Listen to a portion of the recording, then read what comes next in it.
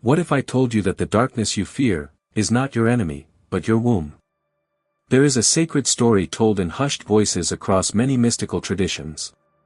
Not a tale of light conquering darkness, but one far more ancient, one that speaks of the darkness as a teacher, a sanctuary, and sometimes, the only place where the soul can truly grow. You see, the caterpillar does not transform in sunlight. It turns to mush, yes, to nothingness, within a dark cocoon. The seed must be buried in the soil's shadow before it can sprout. And the stars, they only become visible when the sky turns black. In the West, we've been conditioned to flee from darkness, to see it as a failure, a curse, something to banish with affirmations and bright lights. But ancient wisdom tells a different story. In the Tao Te Ching, Lao Tzu speaks of embracing the mystery, saying, "Darkness within darkness, the gateway to all understanding." So today, let us sit by the metaphorical fire, and speak softly, yet boldly, about the hidden sanctum that is darkness. Not the malevolent force of horror films or religious dread, but the sacred dark of the womb, the cave, the night sky, and the unknown. Because sometimes, growth does not look like blooming. Sometimes, it looks like breaking, unraveling, surrendering. And that is not only okay. It is essential. Are you willing to see what lies beneath the surface of your sorrow? Are you ready to find wisdom in the shadows?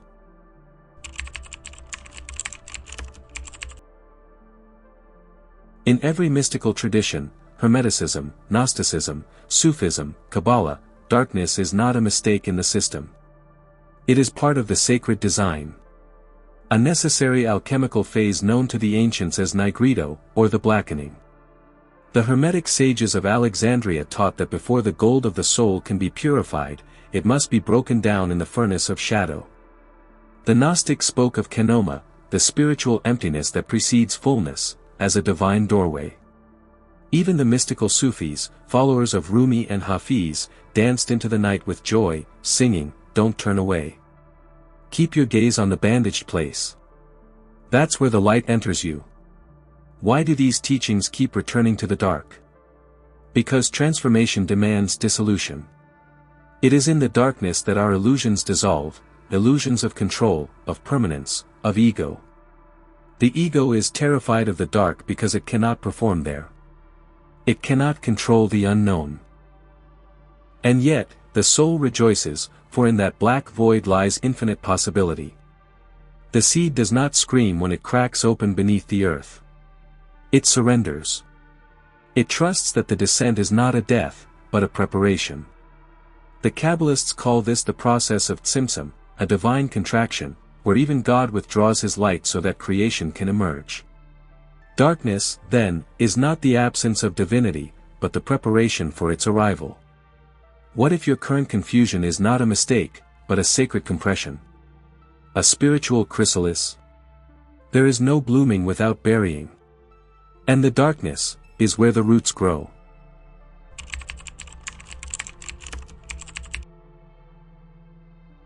Let us descend now from the stars and ancient scrolls, into your life. What is darkness, truly, when it wraps around you at 2 a.m.?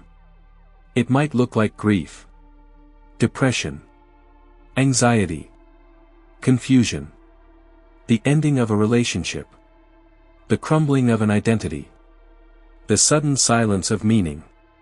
In modern psychology, Carl Jung called this the shadow, those disowned parts of ourselves we banish to the unconscious. But he didn't demonize the shadow. In fact, he revered it. He wrote, "One does not become enlightened by imagining figures of light, but by making the darkness conscious. The darkness you face is not simply emotional heaviness. It is a threshold. A sacred call inward. It is your soul initiating you into deeper layers of truth that your surface mind may have been too afraid to touch. When everything comfortable is stripped away, what remains? Stillness. Depth. The raw material of awakening. Darkness is where the inner scaffolding is torn down so that something more real can emerge. It is not punishment, it is purification. It asks you to feel what you've avoided, to see what you've suppressed, to sit with what you thought you couldn't survive. But here's the secret: the moment you stop fighting the darkness and begin listening to it, something shifts. It no longer feels like drowning. It becomes a baptism. And the deeper you go, the clearer you see. The eyes adjust. The inner sight sharpens. Have you noticed how, after walking through a personal night, you are no longer the same?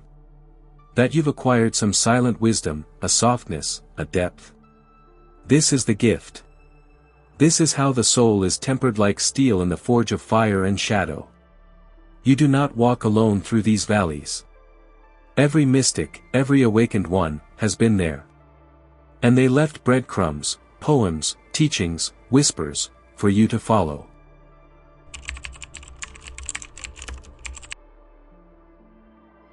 Now that we understand the sacred nature of darkness, the question becomes: how do we walk through it consciously? Not as victims, but as initiates. Because darkness is not something to get through, it is something to move with, to listen to learn from. Here are 3 techniques, drawn from ancient wisdom and modern soulcraft, that will help you grow within the dark, not in spite of it. 1. Practice sacred stillness, the inner cave. In ancient mystery schools, initiates were led into literal caves. Not to be punished, but to strip away all outer light, all distraction, so they could meet the inner voice. You can recreate this. Once a day, especially when darkness looms, sit in a darkened room, away from your phone, without music. Light a single candle if needed. Breathe.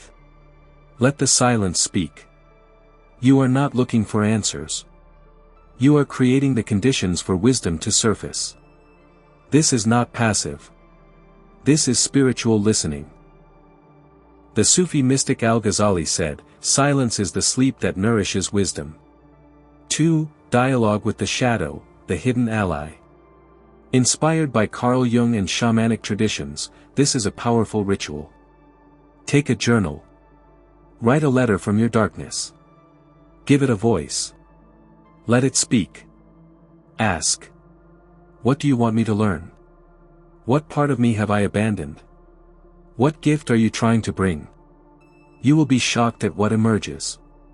The voice of darkness is not cruel, it is often your most honest, most loving inner teacher, stripped of performance and pretense.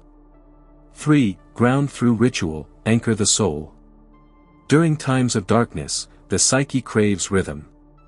Use small rituals to anchor yourself. Drink tea slowly, with reverence. Take a daily walk and greet the trees as old friends. Burn sacred herbs, mugwort, frankincense, or palo santo, and speak an affirmation. Even in darkness, I am becoming. These are not acts of superstition. They are psychological stabilizers. Sacred acts. They tell your subconscious, I am not lost. I am in the temple of transformation. Final insight. When you begin to relate to darkness not as punishment but as presence, something awakens.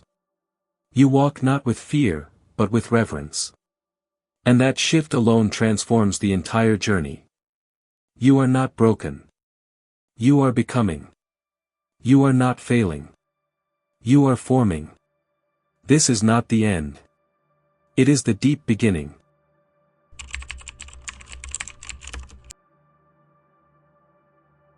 So here we are, at the edge of the cave.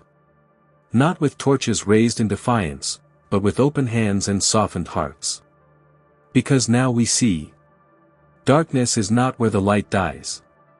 It's where the light is conceived. The mystics of old didn't chase the sun.